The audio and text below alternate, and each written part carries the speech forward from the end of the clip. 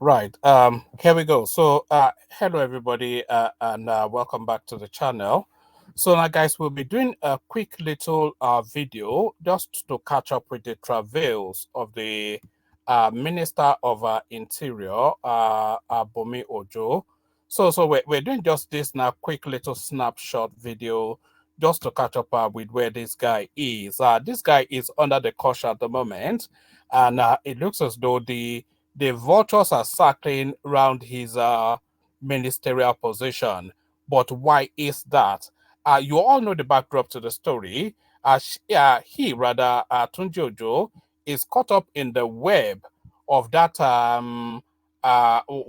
Beta Edu saga. So he is caught up in the web of that Beta Edu saga for reasons of getting a contract of Beta Edu while she was the minister of well, she still is the minister, but she's under suspension now. But while she was the active minister of humanitarian affairs. So let's pick it up from here. I'll give you this quick little readout, and then we'll catch up with what is going on in Arise TV, and then we'll form our conclusions. Exclusive: CCB invites Tunji Ojo over alleged 438 million contract scam. So CCB, I think is that, well, we find out who CCB is. The Code of Conduct Bureau has invited the Minister of Interior, Olubunmi Tunji Ojo, over the involvement of his company in an alleged 438 million naira contract scam uncovered in the Ministry of Humanitarian Affairs and Poverty Alleviation. The CCB has commenced an investigation into the alleged breach of Code of Conduct for public officers by the minister. A company, so this company now is owned by Tunji Ojo. Of course, you all know the backdrop, so I don't feel as though I have to catch you up to speed with the backdrop, but for people who are essentially new to this space, just a very, very quick little synopsis of what has led us to this position.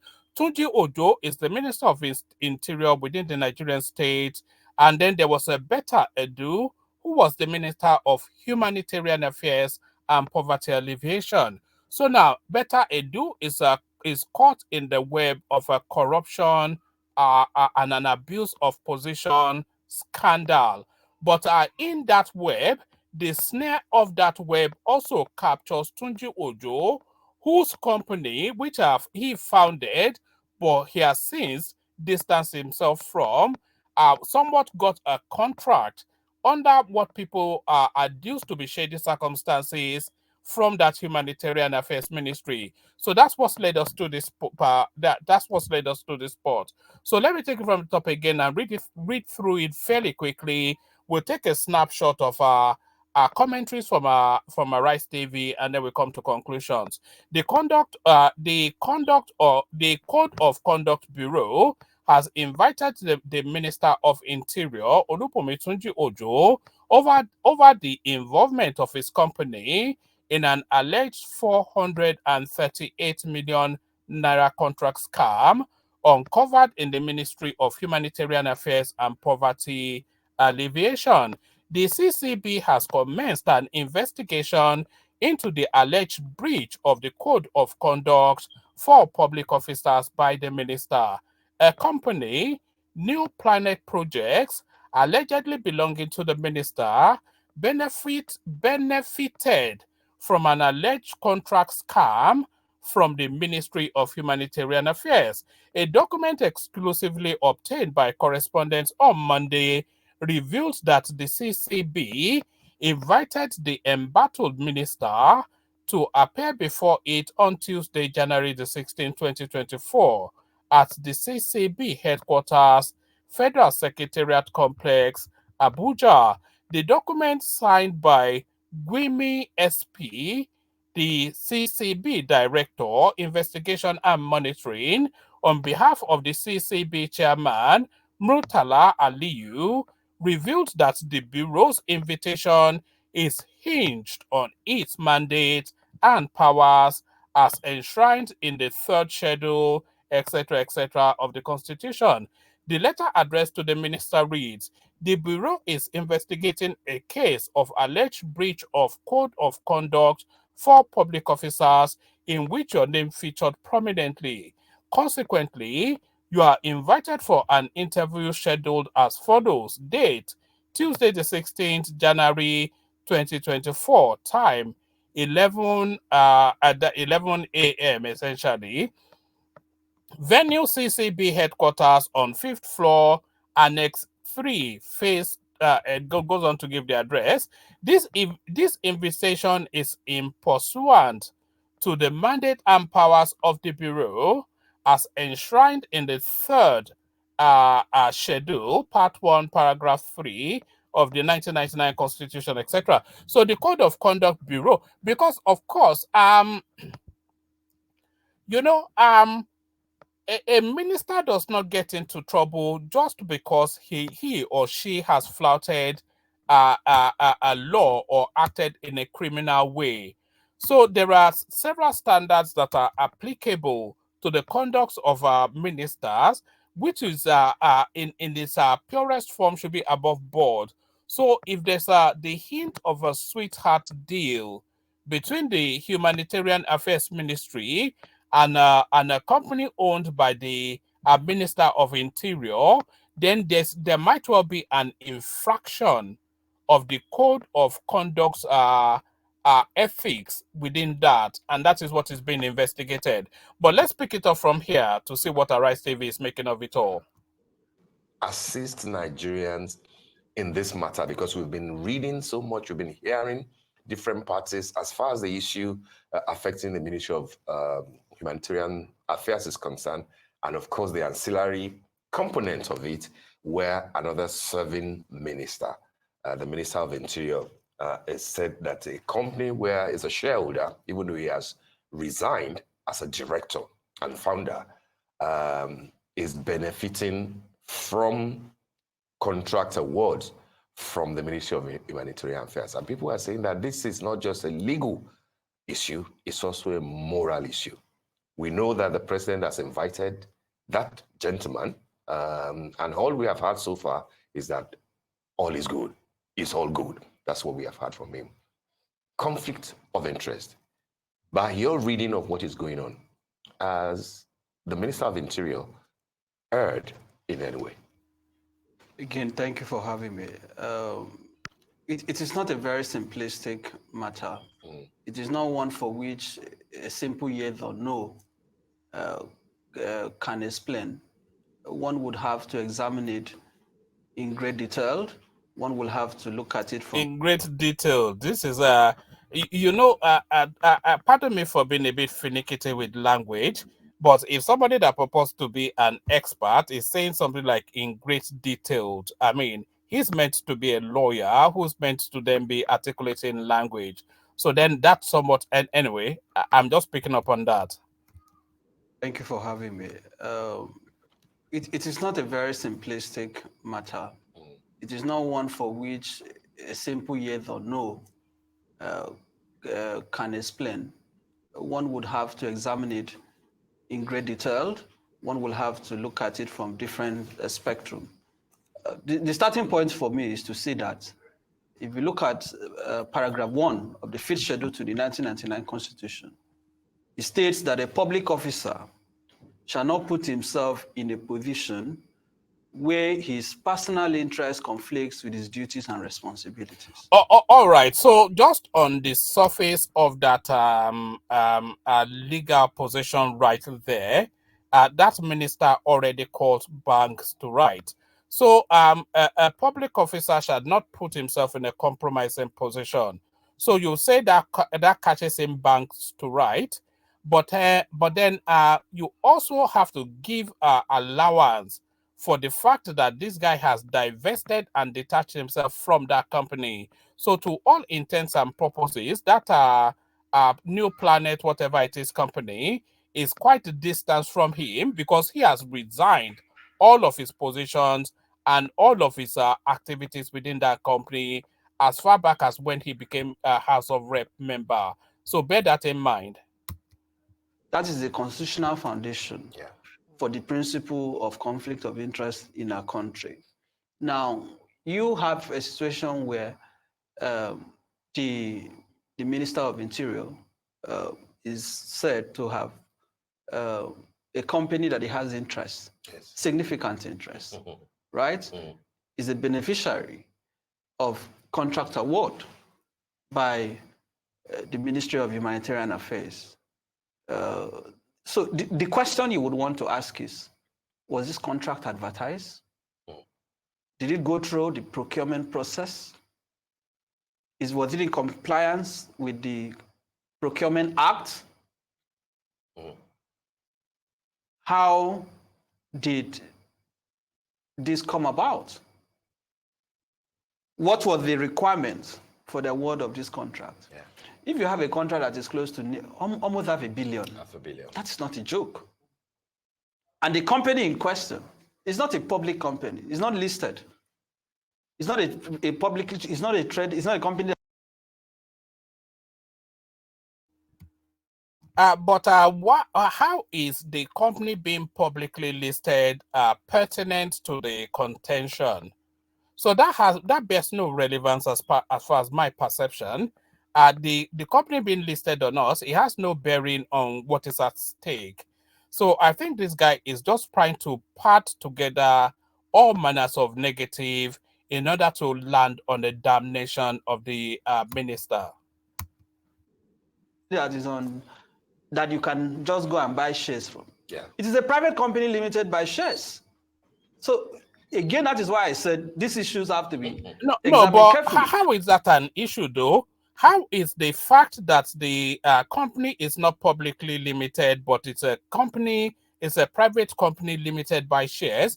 How is that germane to this contractual thing? Is the question. I'm sure I'm missing something.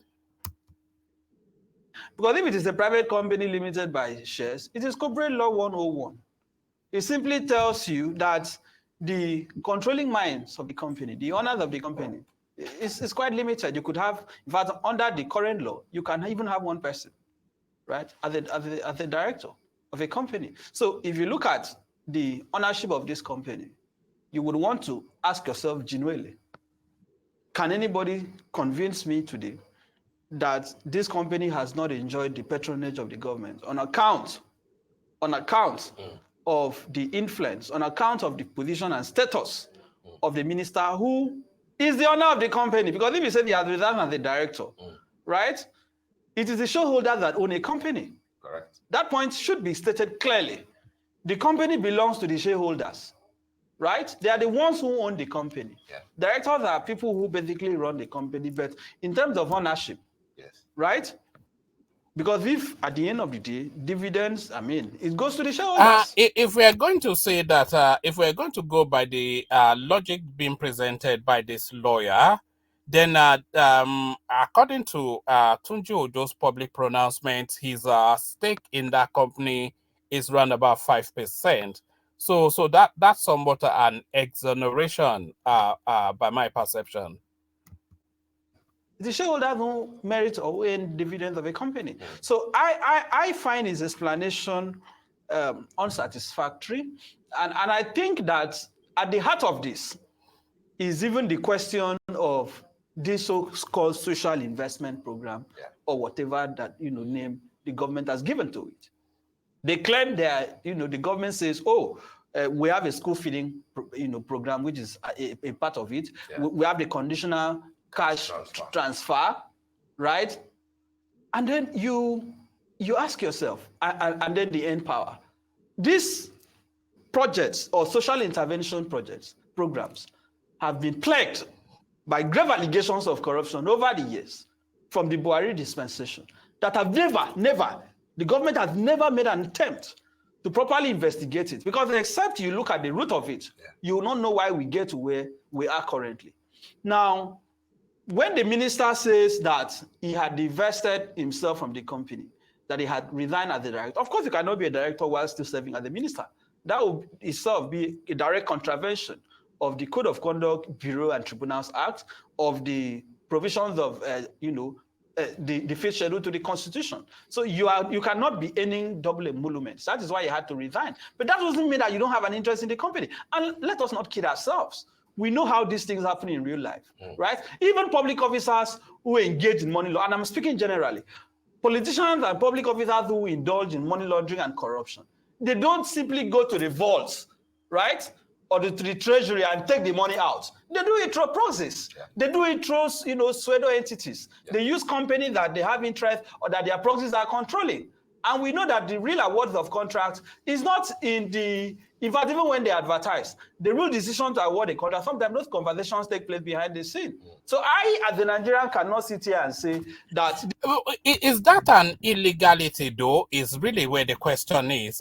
Because if you look at the top end of society and the top end of business globally, they tell you that most major business deals are done in smoky gentlemen clubs with padded oak panels and whatnot, and on the golf course and all that. So the fact that this guy, if he had leveraged his influence to advantage his own company, is that an illegality? Or is this not how Dangote built his fortune? Leveraging his connections to Dangote, of course, not a government functionary, so you might well say that conflict does not exist. But this at the top end of business is how businesses are done.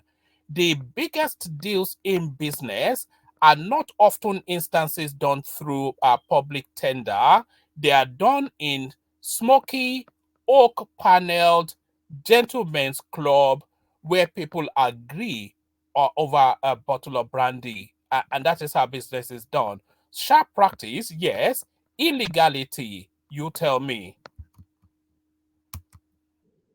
This company earned this contract solely on its own accord, without the possible influence and reference to the minister who has interest in it. But let us go beyond that.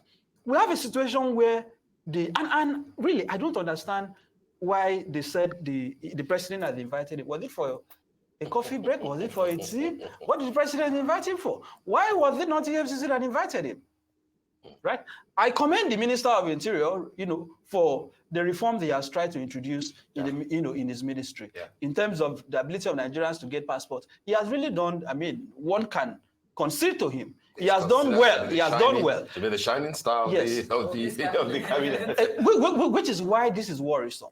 So if he, with the track record he has tried, with the direction he has tried to take in his ministry, if they mention this scandal, how about the ones we've not heard of? So okay. So now let's address the thorny issue in this conversation. Has an illegality taken place? So let's look at the facts of the matter. A contract was available. A private company secured that contract. So that's not an illegality. And then did the private company then go on to execute that contract? Yes, they did. So that completes the process. A contract is available. A private company secures that contract, and they go on to execute that contract. So that completes a process right there, but that doesn't end the story. The private company is partly it was founded by the Minister of Interior, and he still has a stake on it, no matter how much he tries to distance himself by whatever narrative of divestiture he's tried to present. So he has an influence in that, being a founding member. He founded that company with his wife. So he's the major driver of that company. So he is the Minister of Interior, but then the contract was secured through and via, not even via, it was secured from a ministry that is superintended by his fellow minister, which is the Minister of Humanitarian Affairs. So you can you can establish the nexus right there. So these are people that sit in the federal executive meetings on a weekly basis, his company has an interest in a contract that is available within the Ministry of Interior, it's not even a stretch of the imagination to imagine then the influence and the leveraging of relationships between him and the Minister of Humanitarian Affairs to secure that contract. You don't even have to think in order to realize that. So now, is that in itself wrongdoing? Let's examine that. If he's leveraging his political connections to secure a contract for his company, are you suggesting that that is wrongdoing? A lot of people will suggest to you that it may well not be. Sharp practice may be, and there's even contention if that constitutes sharp practice or not. But certainly, no illegality has been done. We've established that. Is there an abuse of position narrative here? That remains in contention. And is there sharp practice that remains in contention too?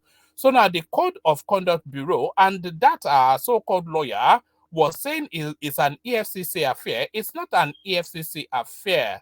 If nothing illegal, if there is no financial impropriety being alleged, so financial impropriety is not being alleged. Abuse of position and sharp practice is being alleged. So that is a Code of Conduct Bureau matter. So the appropriate authority now having conversations with him. But is this sufficient enough to ask this minister to step down? This is where the question is. Let's have that conversation in the comment section. So that's the presentation. What are your thoughts? Is this sufficient enough to ask this minister to step in? And do you think law enforcement should be brought into bear to the point of effecting the arrest of this minister? All of that in the comment section. So I'll leave it here. Carry this conversation on with you in the comment section. But here I say peace.